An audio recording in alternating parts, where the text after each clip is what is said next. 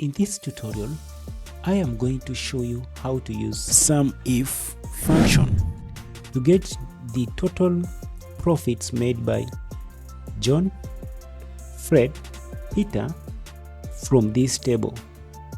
Now I have a separate table here, and this is the cell I'm going to enter my formula. Then we shall see the results after that. Now I want to know the profit made by Fred from this table. Now we cannot just calculate like that manually, but here is a SUMIF function which is going to help us to find out or to know the total profits made by Fred. Now to do this, let's enter this formula.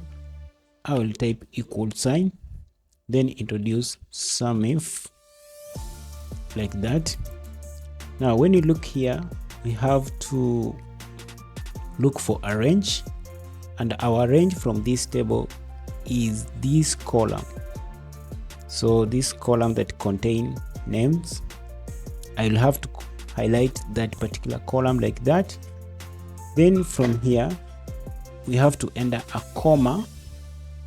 Then the next criteria, the next argument is a criteria. Now from here you need to type the criteria, and my criteria will be Fred. I will type Fred like that, then introduce a comma again. Now the next argument is sum range.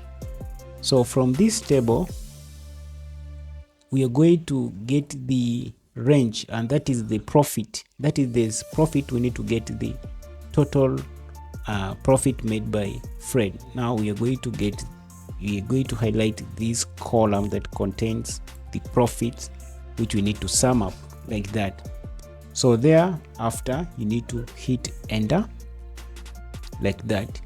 So when you look at this table, we already gotten this profit, the total profit made by Fred. You can as well do the same to the other cells using the same formula, that is SUMIF. Now because this one is in Kenya shillings, I can copy this using this feature called format painter. So I can have like that, then I drop it here like that. So it is now in Kenya shillings. If you like this video, please consider subscribing.